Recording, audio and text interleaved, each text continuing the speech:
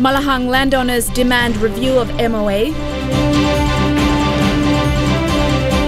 2 dead and over 50 arrested after land clashes in Port Moresby. And after 31 years of service, force farewells patrol boat. This is National EMTV News with Helen Sayer. Good evening and thank you for joining us for Saturday's news. Landowners of fish companies in Lae's Malahang area demanded a review to a memorandum of agreement, saying it has expired. This week, they locked the company's gates. Due to this, however, police were called in to resolve the issue. Frustrated landowners in Lae shut the gates to 3 fish companies this week, following the company's failures to meet their demands. Demand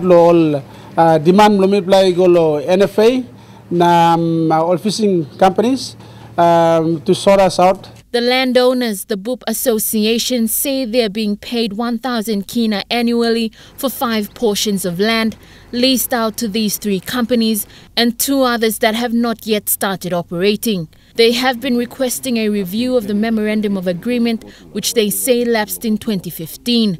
This has not been done. Mipla Lakim was all by reviewing this like MOA and to pay us the new rates in accordance with the commercial land rates, which Mipla Kisimpinis. Meanwhile, the General Manager for Majestic Seafoods, Napoleon Benitez, when contacted, said on Thursday that the landowners should resolve the matter in court. He confirmed that police were called in early on Thursday morning to remove the locks and that operations are progressing as normal. He also wouldn't comment on the specifics of the landowners' demands. Lucy Kopana, National EMTV News, Lae. 2 men in Port Moresby were killed following a fight which stemmed from continuous land disputes. The argument is between 2 groups of settlers in the Moresby Northwest electorate. This morning, police officers rounded up an estimated 50 men allegedly involved in the incident and marched them from Murata to Gerhus police station. Police officers who were on patrol at Murata since 5 this morning managed to apprehend men from one side of the fighting factions. It is believed 6 firearms have been used in the fighting and 3 houses were torched. NCD Metropolitan Superintendent Perodrano says the matter is serious and those identified will be charged for murder. A former public servant employed by the Department of Labour and Industrial Relations as a provincial labour officer in Popondetta has been arrested and charged for misappropriation. Copeland Gewa, who is currently unemployed, committed the offences whilst employed by the state. He was charged for 5 counts of false pretences and 5 counts of misappropriation of funds totaling more than 2.3 million kina. An internal audit into the books of the Oro Provincial Labour Office between 2012 and 2016 discovered anomalies. Officers from the National Fraud and Anti-Corruption Directorate were invited to investigate the matter. Gewa appeared in court for his first hearing yesterday in Popondetta. Her Majesty Papua New Guinea ship Rebel was farewelled in a traditional naval ceremony during her decommissioning last night. HMPNGS Rebel was the first of 22 Pacific-class patrol boats given to the PNG Defence Force Navy in the 1980s. She has served the Defence Force for 31 years and 2 months, clocking over 44,000 hours of sea patrols. Her decommissioning was witnessed by her first and now retired Captain Max Aleale, senior members of the PNG Defence Force, those in the maritime sector and naval officers. Initially named HMPNGS Tarangau, Rebel became the first naval vessel to be used for primary surveillance and fisheries protection under the United Nations Law of the Sea in 1982. On May 16, 1987, Rebel was commissioned as a PNGDF naval vessel and commenced a naval career under a first commanding officer, now retired Captain Max Aleale. When I took the ship down in 1988 with another attack class patrol boat, HMPNGS Itapi, back in 1988 when we joined the bicentennial naval review in Sydney. We sailed all the way from Manus to Sydney. We participated in the bicentennial naval review. Rebel has served the PNG-DF Navy on numerous military missions. These include international exercises, sovereignty patrols, and disaster relief assistance. During a decommissioning, a crew paraded for the last time in full ceremonial dress.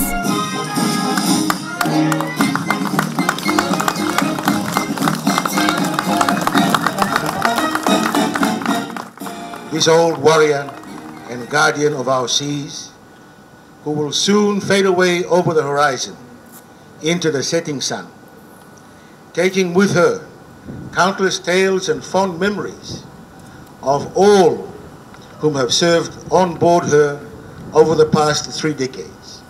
Rebel's commanding officer, Captain Robo Amosea, was directed to read the decommissioning orders, signifying the end of a naval carrier. Request 1 minute silence to remember the men of the PNG-DF maritime element who stay football Rebel were no longer with us.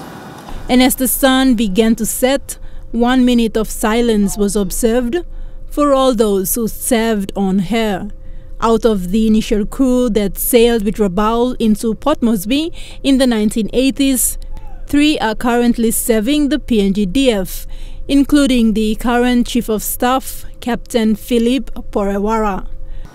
As a former commanding officer of HMS Rebel myself, I recognize the significant demands that have been placed on all those who have served in this ship over the last 3 decades, as well as the contribution of our superiors, our families,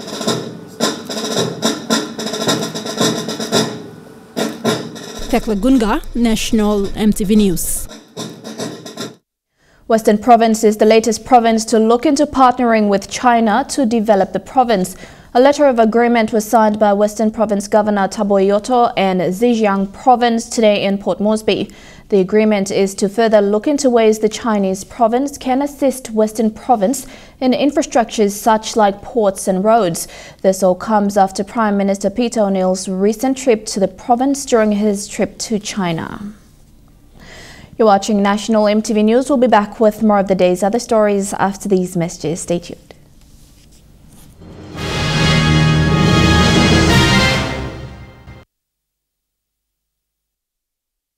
Welcome back. 3 men in Manus have been charged in relation to a break-and-enter incident at Pokapin shop in Lorengau. Manus Provincial Police Commander Chief Inspector David Yapu said the incident occurred in July and a substantial amount of goods were stolen. The 3 men are Manu Popres from Tingo Masir village, Jerry Michael from Bawat village. Both are 20 years old, and 21-year-old Pius Mohe from Tulu village. Popres was given another charge for escaping from lawful custody. They are expected to appear for mention on the 10th of this month. New Ireland Governor Sir Julius Chan has urged the people of New Ireland to be united and look towards autonomy for the province. The governor recently celebrated 50 years of being in politics, along with 41 years since New Ireland's first provincial assembly sat. Minister for Intergovernment Relations Kevin Isifu was also in the province to further make the O'Neill-Abel government's decision clear that autonomy will be granted.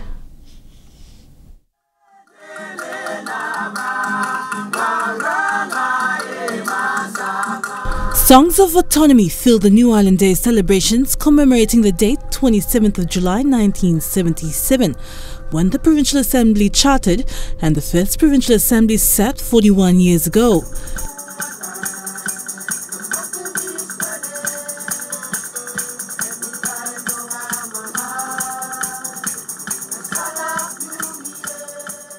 Sir Julius said that New Ireland Province has more to celebrate than just a date. This little province has played a huge role in making Papua New Guinea what it is today. A huge role. Even before independence, New Ireland was a leader. We provided the first Papua New Guinea teacher. We provided the first Papua New Guinea teacher. We led the first strike. Not a very good thing, but the first strike.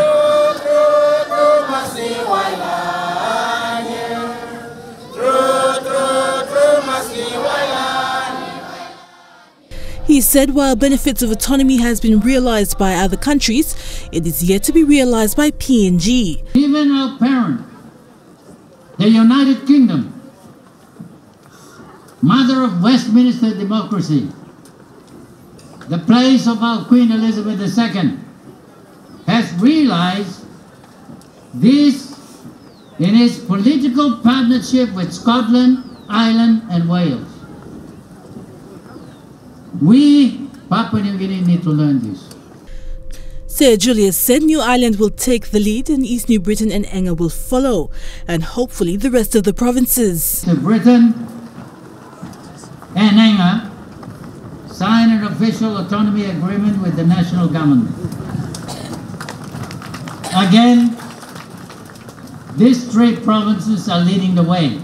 Meanwhile, Minister for Intergovernment Relations Kebini Sifu was also in KVN to reaffirm autonomy for the province. Has done it, and now I want to make it clear that greater autonomy and greater decentralization is within the framework of our national constitution. Emi no wrong something, emi staff inside long constitution do you mean? The national constitution provides that substantial devolution or delegation of decision-making power can be made to the provinces. Adelaide Xerox Kari, National, EMTV News. New Ireland Provincial Executive Council has passed a new policy to liberalise the sale of beer in the province. Under the policy, beer may be sold by any trade store in any location as long as they register with the Liquor Board. It will also allow the sales of beer during public holidays. Governor for New Ireland Province, Sir Julius Chan, said while it may sound strange, after much research they found that restrictions on alcohol sales saw an increase in alcohol-related violence in the province. Sir Julius said liberalising beer sales would greatly reduce drunken violence and crimes. The laws apply only to beverages with 4.5% alcohol or less. Beverages over 40% alcohols will not be sold in New Ireland. Kumul Petroleum Holdings Limited has supported Kodava Island volcano victims of ECPIC with a donation of solar lighting equipment and lamps. A total of 52 solar panels and kits which can light up more than 60 houses were presented to ECPIC Governor Alan Bird. The solar lighting kits will improve the livelihoods of these people who have been resettled on the mainland at Dandan. The new settlement currently takes care of 526 Kodava Islanders. Kumul Petroleum Holdings Limited donated 50,000 kina earlier this year after the Kodava volcanic eruptions. Goilala District is the 6th district to enter on a partnership deal with the Coffee Industry Corporation to revive coffee extension in the area. CIC Chief Executive Officer Charles Tambui signed a memorandum of agreement with Goilala MP William Sam at Tapini to seal the deal. CIC's CEO also said the partnership will pave the way for coffee work to commence in the district. Remote areas such as Tapini can be assured to benefit through CIC's freight subsidy scheme and other extension packages under the new agreement. This partnership will focus on sustaining maximum production potential via the application of current agronomy practices. Yo, it's Saturday's news. We take a look at stories making headlines overseas. When we come back, stay tuned.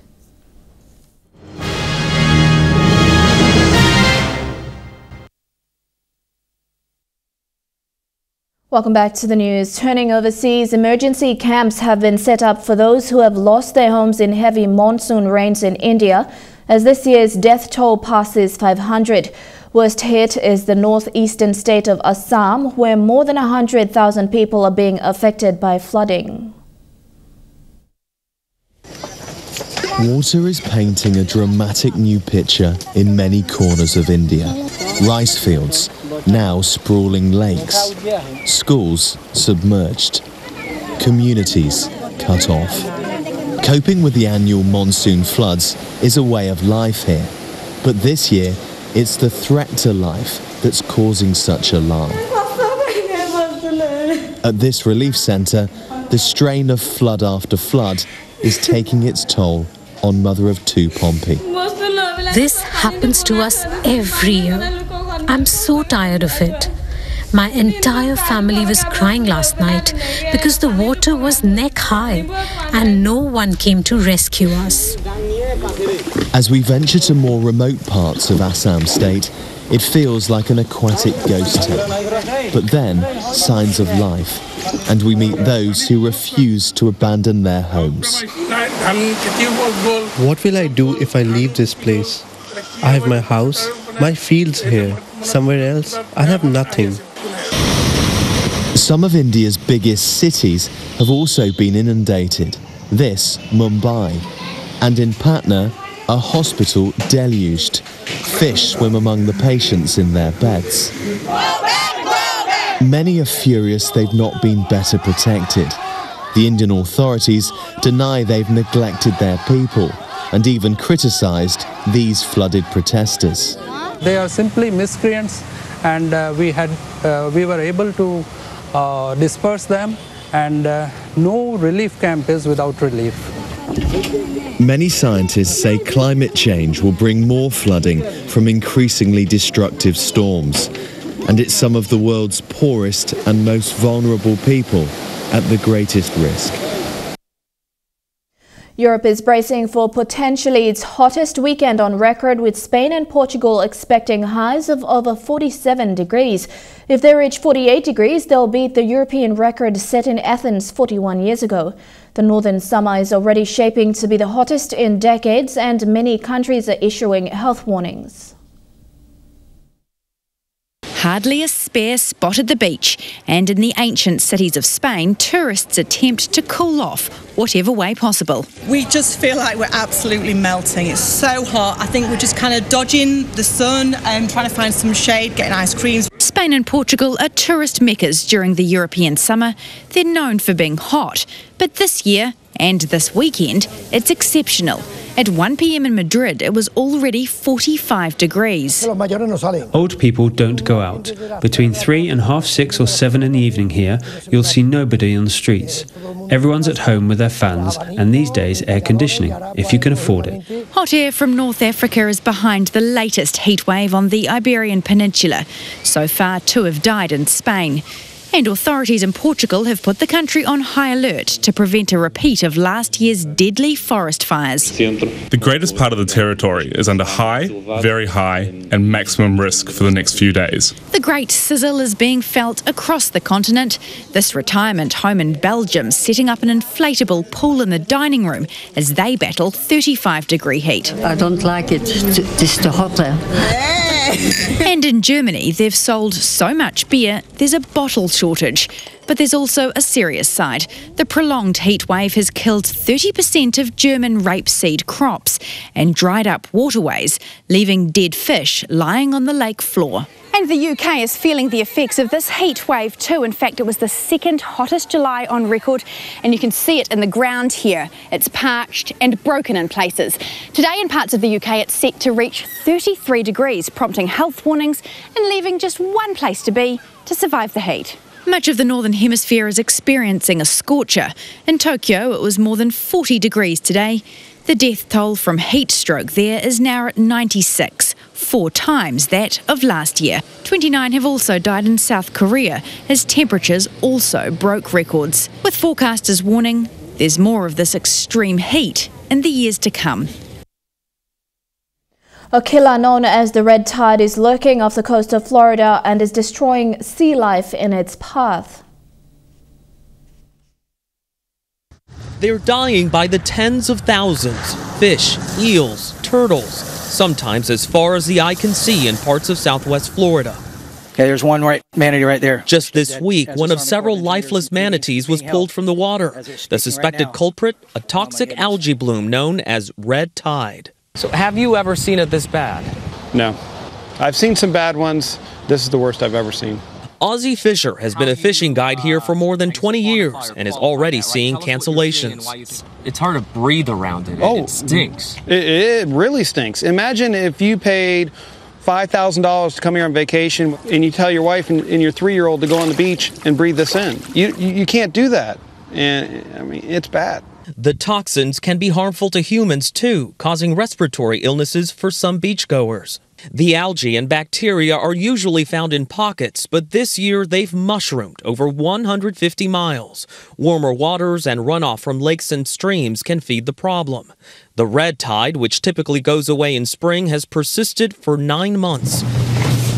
Conservationists like Heather Barron say the overall effect on fragile species can be long-lasting. I've cried 3 times already today, imagining that one day my 3 small children may grow up and these animals may not be here anymore. But bottom line is, we got to clean up our waters. Here on Sanibel Island, cleanup crews have not been able to keep up with this putrid wave of dead sea life, and it extends for miles in either direction. There's no telling how long this could last. The worst bloom on record, back in 2006, lasted 17 months. The law has caught up with an American man caught on camera taunting a wild bison. The video filmed at Yellowstone National Park went viral and didn't go unnoticed by authorities. Bison baiting video, the latest example of a wildlife encounter gone wrong. Oh God, oh no, no, no, no, no. But the man in the road taunting this giant Yellowstone bison soon found himself in handcuffs. 55-year-old Raymond Reinke arrested last night. This now viral video joining a long list of Reinke's legal troubles. His multiple run-ins with rangers started July 28th at Grand Teton National Park, busted for allegedly being drunk and disorderly. Then in Yellowstone Tuesday, Reinke was cited for intoxication and harassing wildlife. Then he was on to Glacier, but when authorities saw this video, a warrant was issued for his arrest. Oh God. Wild animals are, of course, wild, and the experts warn getting too close could kill you. Apple has made history again, becoming the world's first trillion-dollar public company.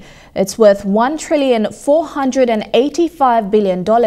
Not bad for a company founded in the garage and at one stage was at the brink of bankruptcy. Apple's stocks keep on rising. Founded in 1976 by Steve Jobs, Steve Wozniak and Ronald Wayne. In a Californian garage. First it was a computer, then the iPod, then... This is one device. And we are calling it iPhone. And finally the iPad. The company this morning had a market cap of $1,1,678,353,140 US.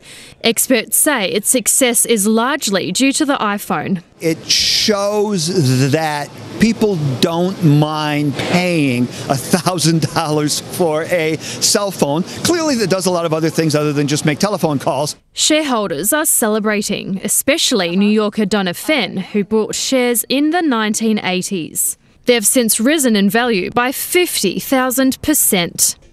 It's not that it makes me feel rich, it just kind of makes me feel like, geez, I wonder if I could be one of those like 85-year-old ladies who says, I bought Apple stock when I was 25 years old and I still have it. And now I can put my grandchildren through college. But it wasn't all smooth sailing. Steve Jobs was driven out of Apple in the mid-1980s. He returned a decade later to rescue the company from near bankruptcy, along with Microsoft founder Bill Gates, who invested $150 million. Since then, the company hasn't looked back. We've been so lucky at Apple. We've had some real revolutionary products. Products that have changed the world and now made history. Stay tuned for some sporting action coming up next in Chukai Sports.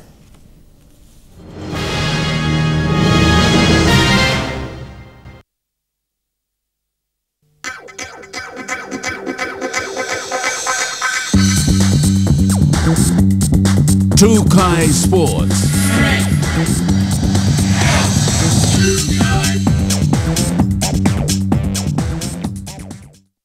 Welcome to Chukai Sports. Lee Henry the Flash Garup has retained his World Kickboxing Federation Muay Thai welterweight title against challenger Uten Chanavan from Thailand at the Sir John Guys Stadium today. The bout was contested in 5 rounds with 2 minutes in each round and a 60-second interval in between rounds. Both fighters were not familiar with each other's style but went the distance, showing some impressive kicks and punches.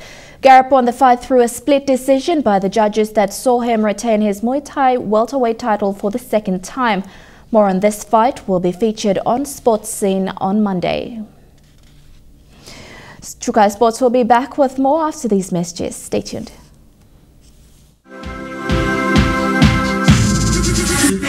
Trukai Sports. Welcome back to Trukai Sports. To NRL now, the Warriors were hoping to snap one of Rugby League's worst records when they took on the St. George Illawarra Dragons this afternoon.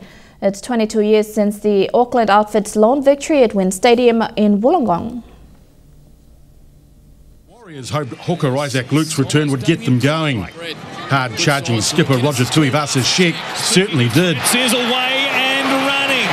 Only for penalties to repeatedly undo the good work. This gang tackle knocking State of Origin forward Paul Vaughan out of the game. But cracking the fourth-place Dragons' defence was tougher. The pass will be called forward. The Dragons' latest recruit Wellington-born Jordan Pereira couldn't score either. So much for high-scoring afternoon football. Tuivasa-Sheck almost set up the opening try. He was held back and Simon Mannering just beat into the ball by fullback Matt Duffy, who was then sin-binned. And how costly that proved as the Warriors capitalised, putting centre Solomoni Kata away. Minutes later, interchange forward Jazz Tavanga offloaded to Luke and they were in again. An offload comes back to Isaac Luke, who ducks in. Make that three as Kata had a double just before the break. Kata's in again. Would the 18-point halftime buffer be enough? Not the way the Dragons fired up in the second spell. A chance for Leilua. The Dragons threatening to slay the Warriors' season. This game going down to the wire. To cricket now, Auckland Aces import Sam Curran has kept England in the first test against India, this time with a bat in Edgbaston a day after taking 4 wickets. The 20-year-old all-rounder scored a crucial half-century to give England a sniff of victory. On another day when bats dominated ball, it didn't take Ravi Ashwin long to get back in the action. Beautifully done, beautifully bowled. And he was amongst it again shortly after with the key wicket of English skipper Joe Root. That is a brilliant catch. There was a mini revival from Johnny Bairstow and David Malan, but when Malan fell for 20 with the score on 70, it triggered a collapse. First Bairstow, Kevin, that is an excellent catch. Then Stokes, then Joss Butler. First ball for Butler at the lunch. What a wicket that is. All of a sudden, England was 87 for 7. By that stage, Sam Curran was at the crease, and in just his second test, he faced exactly that. But he stood up to the Indian attack. Curran belting 9 fours and 2 sixes in his 63. England eventually all out for 180. Ishant Sharma taking 5 for 51. It meant India needed 194 to win the match. Their chase got off to a familiar start. That's close. That's very close and given. In the space of 24 hours, Virat Kohli was tasked with resurrecting his side, and he did again. Beautiful. Fantastic shot. Others kept falling, but Kohli kept surging. The first innings centurion finishing the day unbeaten on 43, with his side 110 for 5, another 84 needed, another test on the shoulders of this Indian master. And that ends Trukai Sports. The weather details for the next 24 hours coming up next. Trukai Sports.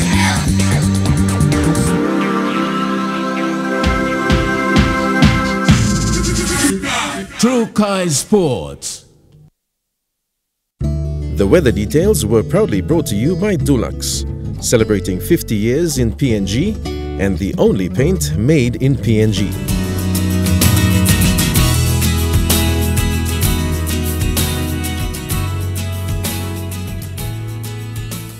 Looking at the weather forecast for this afternoon and tonight, in the southern region, fine, becoming partly cloudy in Port Moresby. Fine in Daru with strong southeast winds. In Kerma, fine with light southeast to southwest winds. In Alatau, fine weather with moderate to fresh southeast winds and brief showers with moderate southeast winds in Popondetta. In the Moresby region, fine becoming partly cloudy in Ley, a shower or two with light to moderate southeast winds in Madang, brief showers with moderate to fresh southeast winds in Wewak, and a few showers with light southeast winds in Vanimo. In the New Guinea Islands region, a few showers with light east to southeast winds in Lorengau.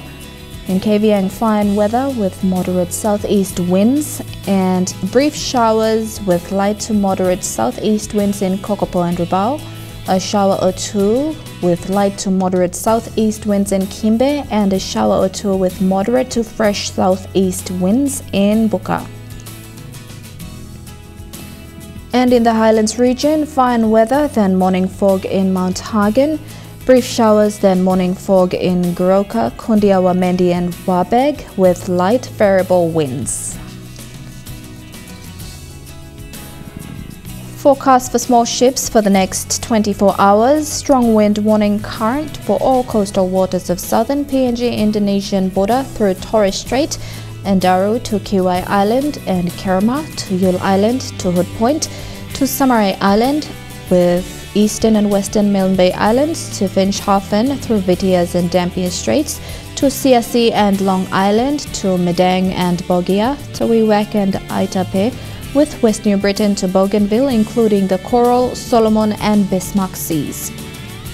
Waters of southern PNG and gale wind warning current for all coastal waters of southern PNG Indonesian border through Torres Strait and Daru to Hood Point and Coral Sea. With strong southeast winds at 34 to 48 knots are expected for the next 12 to 18 hours. Waters of southern PNG Indonesian border through Torres Strait and Daru to Hood Point, seas of 3 to 3.5 meters.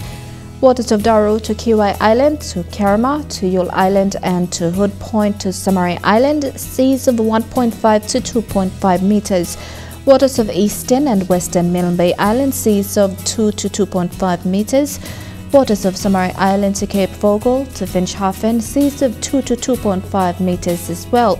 Waters of Long Island to Madang to Bogia and Wewak to Aitape, seas of 1.5 to 2.5 meters. Waters of Manus and its western group of islands, seas of 0.5 to 1.3 meters, and waters of East New Britain to New Ireland, seas of 0.5 to 1.5 meters. Waters of West New Britain and Bougainville, seas of 1.5 to 2.5 meters.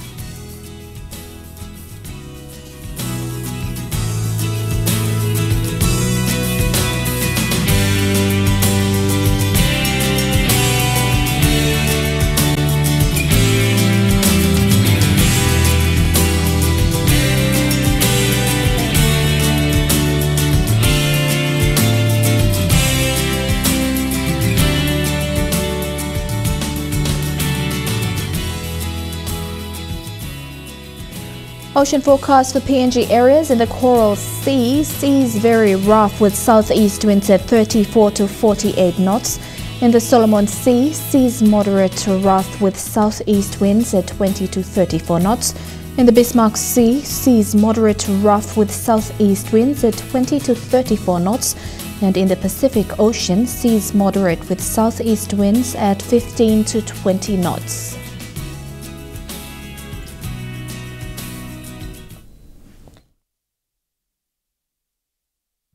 The weather details were proudly brought to you by Dulux, celebrating 50 years in PNG and the only paint made in PNG. And that's the news, sport and weather for today, Saturday the 4th of August 2018. On behalf of the entire EMTV News team, pleasant viewing and good night.